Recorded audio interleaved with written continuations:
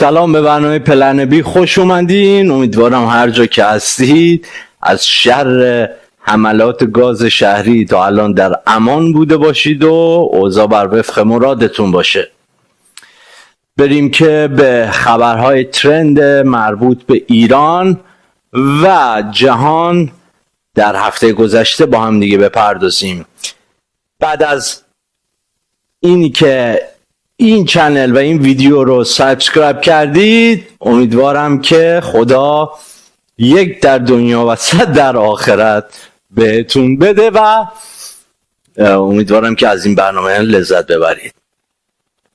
در هفته‌ای که گذشت خبرهای ترند متفاوتی داشتیم، از حملات یا بهتر بگم انفجارهای گاز شهری تا صحبت‌های آقای ظریف و حملات اسرائیل به پایتخت سوریه و داستان آقای فغانی. خب بعد از پایان آتش بس دیدیم که در تهران و برخی از شهرهای دیگه برخی از ساختمان‌ها به گفته سخنگوی سازمان آتش نشانی کشوری در اثر نشتی گاز شهری درشون انفجار صورت گرفت و خب مورد توجه کاربرای ایرانی قرار گرفت. هرچند عکس ها و ویدیوهایی که از این انفجارها منتشر شد، مثل اون ویدیو و عکس هایی که از یک خونه خالی در چیتگر منتشر شد، جالب بود که در خانه خالی چه شکلی گاز شهری موجب انفجار میشه، اون هم در فصل تابستان، اون هم به صورت زنجیره‌ای. شاید همچنان سیستم ترور اسرائیل در ایران فعال باشه و ایران هم تصمیم گرفته باشه که اقدام مشابهی نکنه و فعلا داستان رو به گردن گاز شهری بندازه. اما اگر هم مقصر گاز شهریه، در نتیجه حواستون باشه که مسائل ایمنی رو رعایت کنید. مسئله بعدی که ترند در شبکه‌های اجتماعی بود، حضور دونالد ترامپ در فینال مسابقات فوتبالی بود که آقای فغانی به عنوان سرداور این مسابقات در فینال قرار بود سوت بزنه و عکس ها و ویدیوهایی که از این مسابقه و این دیدار منتشر شد و خیلی ها در ایران خوششون نیومد از لایکی که آقای فغانی داد و عکسی که با دونالد ترامپ گرفت و لبخندی که به لبش داشت. اونا توقع داشتن که آقای فغانی که الان داره زیر پرچم و با تابعیت استرالیا داوری میکنه و خدا رو شکر خیلی هم موفق هستش، با چک و لگد و تف و فوش و دریوری به استقبال رئیس جمهور متجاوز قاتل سریالی قمارباز آمریکا بره. اما ایشون بسیار حرفه‌ای رفتار درستی را خودش نشون داد و سعی کرد یک انسان متمدن باشه. این حرفا و این دوگانه سازی ها نه تنها باعث تخریب افراد نمیشه، بلکه توجه ما رو به اونجای جلب میکنه که اون کسی که باید یقشو میگرفتی که اون همه شعار رو عملی کنه و نکرد، امروز کس دیگه ای تاوانش رو نباید بده. غیرت و حمیت و شرافت به این نیستش که تو به عنوان یک ایرانی در مجامع بین المللی رفتار هارش و عجیب غریبی از خودت نشون بدی. اتفاقا فرهنگ و تمدن ایرانی حکایت از این داری که یک ایرانی باید متمدنانه رفتار بکنه، هرچند طرف مقابلش غیر متمدن باشه. در نتیجه سوژه رو اشتباه نگیرید و یادتون باشه یک کس دیگه ای قرار بودش که از این خاک و از جان ما دفاع بکنه، نه علیرضا فغانی. اما بریم سراغ موضوع بعدی که اون هم حمله اسرائیل به مواضع دولت جدید سوریه، مخصوصا ساختمان وزارت دفاع سوریه بود و تحلیل های عجیب غریب و استفاده از این موضوع برای نشان دادن این که اونها قابل اعتماد نیستند و اونها برنامه تجزیه سوریه رو دارن و این تروریستی که الان کراوات انداختن گردنش و رفته دست و پای اونا رو بوسیده و خواسته روابطش رو با اونا عادی سازی بکنه، دیدید که چه پسی بهش زدن و پایتختش رو مورد هدف قرار دادن، اما اصل داستان رو هیچ حرفی در موردش نمیزنن. از زمانی که اسرائیل بلندی های جولان که از خاک سوریه بود اشغال کرد و به خاک خودش ضمیمه کرد و تا الان هم ادامه داره، ساکنین این منطقه دروزی هایی بودن که از قرن 11 در اون قسمت و شهرهای دیگه‌ای در سوریه سکونت داشتن و اونها تصمیم گرفتن که حتی برای نشون دادن حمیت خودشون تابعیت اسرائیلی رو حدوداً 60-70% نپذیرن و همچنان خودشون رو عرب سوری تبار بدونن. ولی رابطه دروزی های اسرائیل و دروزی های سوریه بسیار همچنان تنگ و نزدیک هستش. در نتیجه در مقاطع متفاوتی با فشاری که به دولت و حاکمیت اسرائیل آوردن، سعی کردن ارتش و دولت اسرائیل رو بیارن در حمایت از دروزی ها عملیات یا اقدامات موثری انجام بده. در سال 2015 بعد از اینکه جبهت النصره شروع کرد به قتل عام بعضی از روستاییایی که دروزی بودن در سوریه، ارتش اسرائیل بعد از اعتراض و هجوم دروزی های اسرائیلی به مرز برای کمک و حمایت از دروزی های سوریه وارد عمل شد، اجازه ورود اونا را نداد و خودش مواضع جبهت النصره رو مورد تهاجم و حمله قرار داد. اما این بار هم این سناریو تکرار شد، جایی که ارتش سوریه برای دفع آشوب دروزی ها راهی شد و شروع به کشتار اونا میخواست بکنه، با اعتراض و حمایت دروزی های اسرائیل وارد عمل شد.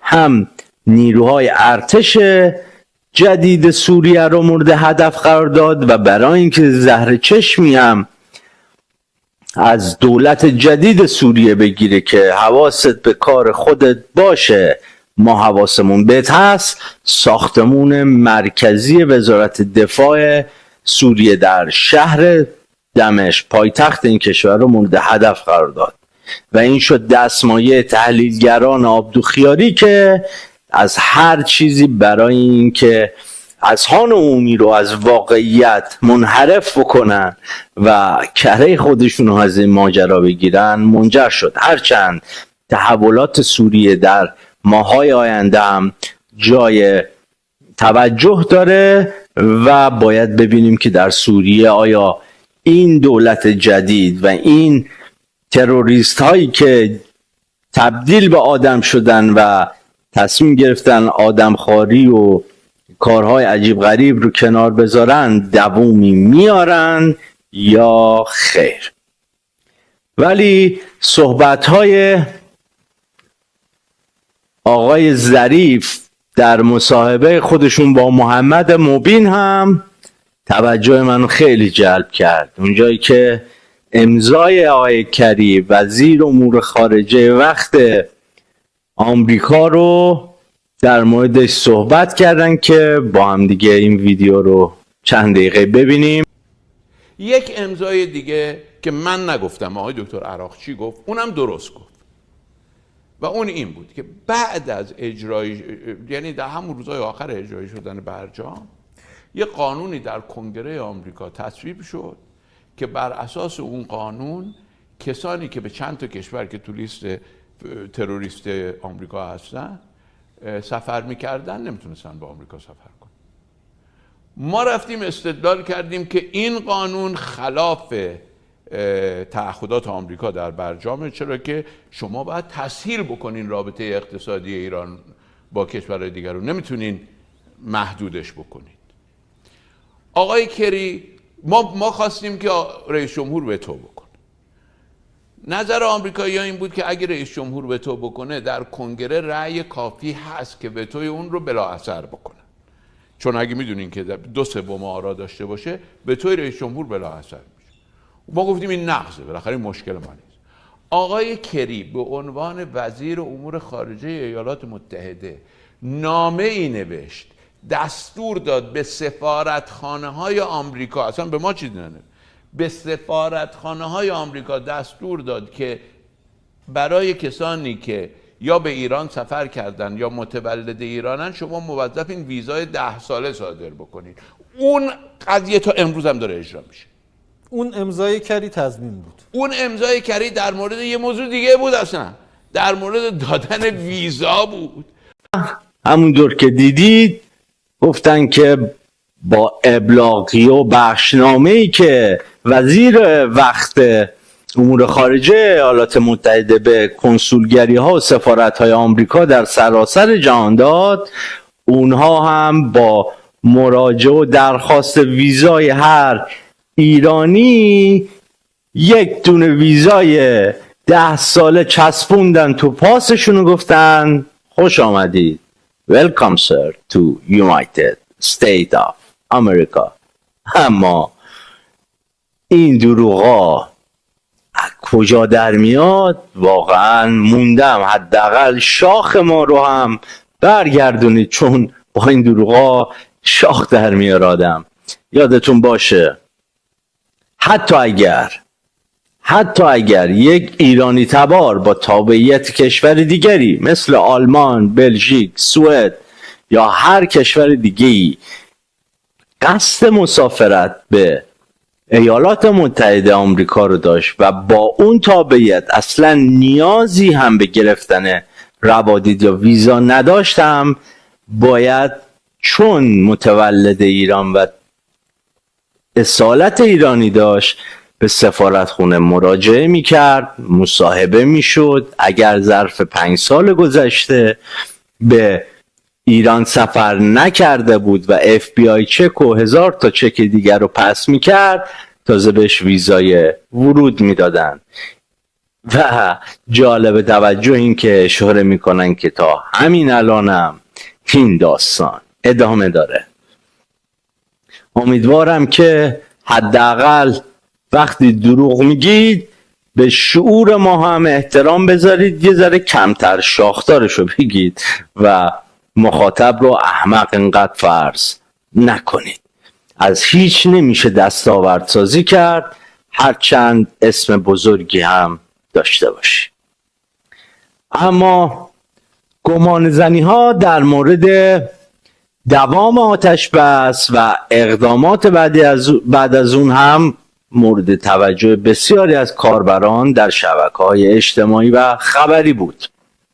مخصوصاً اقدامی که قرار بود ترویکای اروپایی انجام بده، یعنی کشورهای انگلستان، آلمان و فرانسه که اعضای برجام بودند، اعلام کردند که سه‌شنبه گذشته قرار مکانیزم ماشه رو فعال کنن و بچکنن.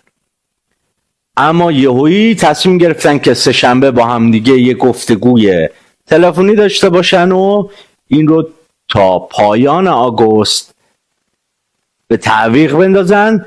در نتیجه به ایران توصیه کردن که بیا و مثل یه بچه خوب خودت تعیین تکلیف کن غنیسازی و برنامه هسته‌ای خودتو. اما این تاریخ با یه تاریخ دیگه خیلی به هم دیگه داره نزدیک میشه و به نظر میاد که اینها با هم دیگه مرتبطن. گزارش‌های غیر رسمی وجود داره که بعد از پایان آتش بس بین اسرائیل و ایران، اون هم به صورت توییتری توسط